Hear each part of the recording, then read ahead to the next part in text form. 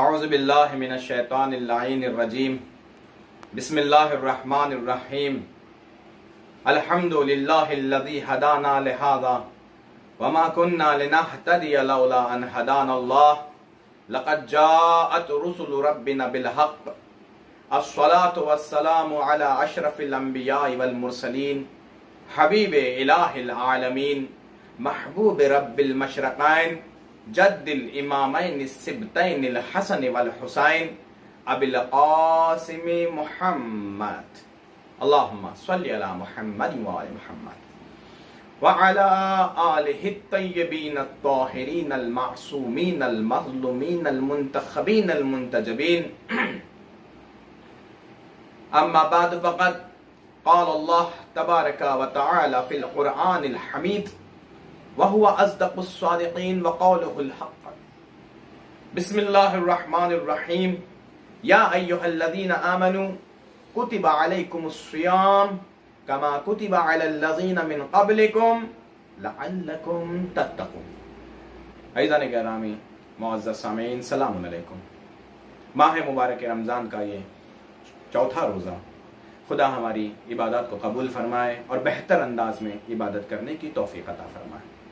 آج کا بیان وجوب روزے کے بارے میں اس طریقے سے ہم سمجھیں گے کہ جیسا کہ پروردگار عالم نے قرآن میں ارشاد فرمایا کتب علیکم الصیام، تم پر روزے واجب کیے گئے ہیں۔ تو معلوم ہوا روزے واجب تو ہیں، لیکن اب سوال یہ ہے کہ کب سے واجب ہے اور کیوں واجب ہے؟ تو سوال کا جواب ہی آیت میں ہے، کما کتب علی الذین من قبلکم لعلکم تتقون، کہ ہم نے تم پر روزے واجب کیے اسی طریقے سے جس طریقے سے تم پر پہلے والوں پر ہم نے واجب کیے تھے روزے، تم سے قبل جو لوگ تھے ان پر واجب کیے تھے روزے۔ تو پتا چلا امت محمدی سے پہلے بھی روزے واجب تھے، امت محمدی سے پہلے بھی روزے واجب تھے، یعنی نبی سے پہلے بھی روزے واجب تھے۔ اب سوال یہ ہے کہ نبی سے پہلے یعنی کب سے؟ اگر ہم روایات دیکھیں گے، تاریخ دیکھیں گے تو پتا چلے گا کہ یہ روزے جناب آدم کے زمانے سے واجب ہیں۔ اور اگر قرآن کی اس آیت پہ غور کریں تو سمجھ میں آتا من قبلکم، جو خدا نے کہا تم سے پہلے، یہ تم سے پہلے جو خدا نے کہا اس میں کوئی قید نہیں ہے کہ کب سے، کتنی پہلے سے کہا۔ جب قید نہیں ہے تو سمجھ میں آتا ہے کہ آخری حد قبل کی، یعنی آدم سے روزے واجب ہیں، حضرت آدم کے زمانے سے، جیسا کہ روایات بھی بتاتی ہیں، قرآن بھی بتاتا ہے اور روایت میں بھی ہے کہ حضرت آدم علیہ السلام اس زمین پہ پہلے وہ شخص ہیں جنہوں نے روزہ رکھا، یعنی ہم کہہ سکتے ہیں کہ پہلے روزے دار حضرت آدم۔ تو روزے قدیم عبادت ہیں۔ اب روایت میں یوں نقل ہوا، روایت پڑھ رہا ہوں، غور کریے کہ ان آدم لما اکل من الشجرۃ، روایت ہے معصوم نے فرمایا کہ جب جناب آدم نے شجرہ سے کچھ نوش فرمایا، چاہے وہ گندم ہو، سیب ہو، انار، جو بھی چیز تھی جس سے منع کیا گیا تھا جناب آدم کو، جب جناب آدم نے شجرہ سے وہ چیز نوش فرمائی، بقیا فی بطنہ 30 یوما، جو چیز کھائی تھی وہ شے جناب آدم کے شکم میں، بطن میں 30 دن تک باقی رہی، 30 دن تک باقی رہی۔ ففرض اللہ، بس اللہ نے فرض کر دیے، واجب کر دیے، علی ذریتہ، جناب آدم کی اولاد پر، ذریت پر واجب کر دیے۔ کیا واجب کیے؟ روزے۔ روزے مطلب حدیث کے الفاظ یوں ہے ففرض اللہ علی ذریتہ 30 یوما، 30 دن واجب کیے خدا نے آدم کی ذریت پر۔ کیا واجب کیے 30 دن؟ الجوع والعطش، بھوک اور پیاس کو ذریت آدم پر 30 दिन के लिए वाजिब कर दिया इस वजह से कि जिस शजरा से जनाब आदम को खाने से मना किया गया था, जनाब आदम ने वो शय खाई और वो शय, वो चीज 30 दिन तक आदम के पेट में रही। तो खुदा ने 30 दिन तक भूख और प्यास को ज़ुर्रियत आदम पर वाजिब कर दिया। वल्लज़ी यअकुलूना बिल्लैलि तफ़ज़्ज़ुलन मिन अल्लाह। और जब रोजा यानी भूख और प्यास 30 दिन तक हम रखते हैं यानी रोजे की सूरत में, और इफ्तार में जो कुछ खाते हैं, वल्लज़ी याकुलूना, और जो चीज खाई जाती है, याकुलूना लोग खाते हैं, बिल्लैल रात में, ये अल्लाह का फज़्ल व करम है, ये अल्लाह का लुत्फ है, जैसा कि जनाब आदम पे था। तो अज़ीज़ान मोहतरम, तो ये बात पता चली, मालूम हुई कि इस जमीन पे सबसे पहले रोजा रखने वाले रोजादार जनाब आदम। और ये ऐसी अहादीस में भी है कि रोजा एक कदीम इबादत है जो हर जमाने में हर नबी पर, हर नबी की उम्मत पर वाजिब था रोजा। हाँ, बाज़ रिवायतों से ये तो पता चलता है, ये बात साबित है कि वुजूब रोजा तो था, लेकिन रिवायतें मुख्तलिफ हैं तरीक़े रोजे के बारे में, रोजे के तरीक़े के बारे में।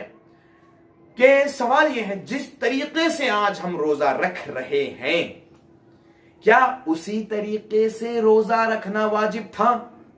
वुजूब रोजा में तो शक नहीं है, इख्तिलाफ नहीं है, लेकिन तरीका जो रोजा रखने का है उसमें इख्तिलाफ है, उसमें इख्तिलाफ पाया जाता है। और इंशाल्लाह ये इख्तिलाफ वक्त के लिहाज के साथ बयान किया जाएगा कि जनाब मोहम्मद मुस्तफ़ा के ज़माने में रोज़ा किस तरीके से वाजिब था, क्या तरीका है हमारे ज़माने में, और नबी से पहले नबियों के ज़माने में रोज़े का तरीका क्या था। और जैसा कि रसूल के ज़माने में भी रोज़े का तरीका बदला, तो पहले क्या तरीका था, बाद में क्या तरीका था, और ये लुत्फ क्यों, ये वजह क्यों, ये सारी वजूहात हैं, इल्लतें हैं। इसीलिए इस माह मुबारक के रमजान में दर्स मारिफत के नाम से हमने ये जो शुरू किया, सिर्फ एक ही उन्वान है कि इल्मे मोहम्मद व आले मोहम्मद से हम कुछ जान सकें, कुछ पहचान सकें, कुछ मारिफत हासिल हो, तो हमारे ईमान में इजाफा हो और हमें अमल करने में मजा भी आए। और ये बात भी जानना जरूरी है कि हजरत आदम के जमीन पर आने के बाद रोजे वाजिब हुए या पहले से ही। तो रिवायत ने बताया कि जब आदम ने उस शजरा से जो चीज खुदा ने मना की थी वो तनावुल फरमाया, तो खुदा ने जन्नत से निकालकर, बाग से निकालकर जब जमीन पे भेजा, तो जमीन पे भेजने के बाद रोजे वाजिब किए हैं। और खुद आदम के जमाने में रोजे वाजिब थे, और जनाब आदम से लेके जो भी ज़ुर्रियत में अब नस्ल चलती गई, हर उम्मत में रोजे वाजिब होते चले गए। और परवरदिगार रे आलम की ये महबूब तरीन इबादत है रोजा, और खुदा ने रोजे को अपनी बड़ी इबादतों में शुमार किया है। परवरदिगार ने, रिवायत में है, मौलाए कायनात इरशाद फरमाते हैं, मौलाए कायनात जो इरशाद फरमाते हैं हदीस के अमीरुल मोमिनीन, रोजा एक कदीमी इबादत है। क्या फरमाया मौला ने? रोजा एक कदीमी इबादत है, परवरदिगार ने किसी भी उम्मत को रोजा माफ नहीं किया। अल्लाह अकबर। ये मौला कायनात इरशाद फरमा रहे हैं कि रोजा हर हालत में रखना वाजिब है, शरायत है। अगर हम किसी भी वजह के बगैर, किसी भी उज़्र शरई के बगैर रोजा नहीं रखते तो गुनाहगार भी हैं और शायद मौलाए कायनात की नाराजगी की वजह भी बन जाए। इसलिए कि मौला ने फरमाया कि रोजा एक कदीम इबादत है, जिसे अल्लाह ने किसी भी उम्मत को माफ नहीं किया। तो इससे पता चलता है कि माह मुबारक में हमने जो रोजा रखा एक महबूब तरीन इबादत, जिससे हमें तकवा हासिल होता है, जिससे हमें मारिफत हासिल होती है, जिससे हमें तकर्रुब हासिल होता है। और इंशाअल्लाह वक्त का लिहाज रखते हुए हम गुफ्तगू मुख्तसर करते हैं और इसी मौजू को कल आगे बढ़ाएंगे। और दुआ यही है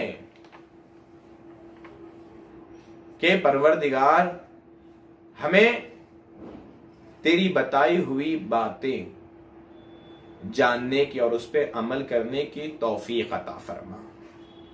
परवरदिगार अक़वाल मासूमीन पे अमल करते हुए गुलामान अली में शामिल होने की तौफीक अता फरमा। इस माह मुबारक में तेरी रहमतें, तेरी तरफ से नाजिल होने वाली बरकतें और मग़फ़िरतों को हासिल करने की तौफीक अता फरमा। परवरदिगार जो मरीज हैं उन्हें शिफाए कामिल व आजिल इनायत फरमा, जो मकरूज हैं उनके कर्ज अदा होने के असबाब मुहैया फरमा। और दुआ में अहम दुआ मुंतकी में खून हुसैन हुज्जतुल अस्र के ज़ुहूर में ताजील